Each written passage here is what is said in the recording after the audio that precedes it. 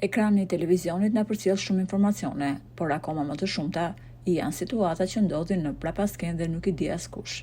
Megjithatë, herët ose vonë, kushdo që mban një peshë mbi shpatulla vendos të flas për një hatërmbetje, konflikt ose diçka që i ka lënë gjurmë të thella.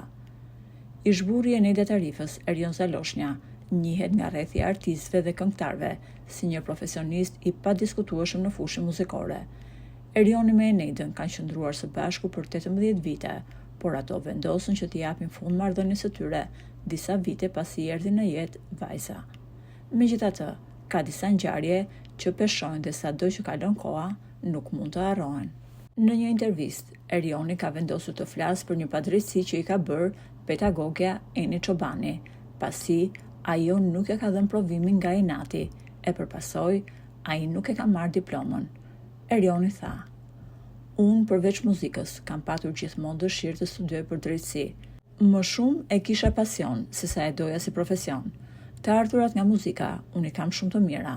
Në ato vite kur studioja për drejtësi, kisha pedagoge Eni Çobanin, që jepte një lëndë fare të parëndësishme dhe quhej e drejta e krahasuar ndërkombëtare.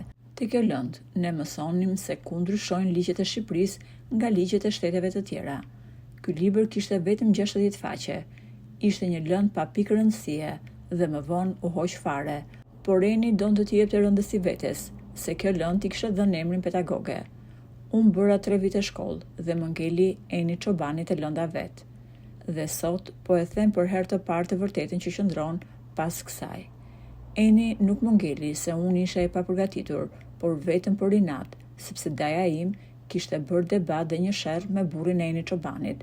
Të gjithë inatin që kishe medaljen, ajo e nxorri te mua dhe si përfundim, unë nuk e mora diplomën e shkollës së lartë. Pas atij shkënjimi, unë nuk e vazhdova më shkollën. Për të thënë të vërtetën, isha dhe shumë i ngarkuar me punë në studio. Siç u thash në fillim, unë shkollën e vazhdova për pasion, jo për profesion. Padrejtësia që më bëri Eni Çobani la gjurmë të thella tek unë. Po ju, si mendoni, a ishte kjo një hakmarrje personale nga Eni Çobani, apo thjesht një keq kuptim mes dy botëve të ndryshme, asaj të drejtësisë dhe asaj të muzikës?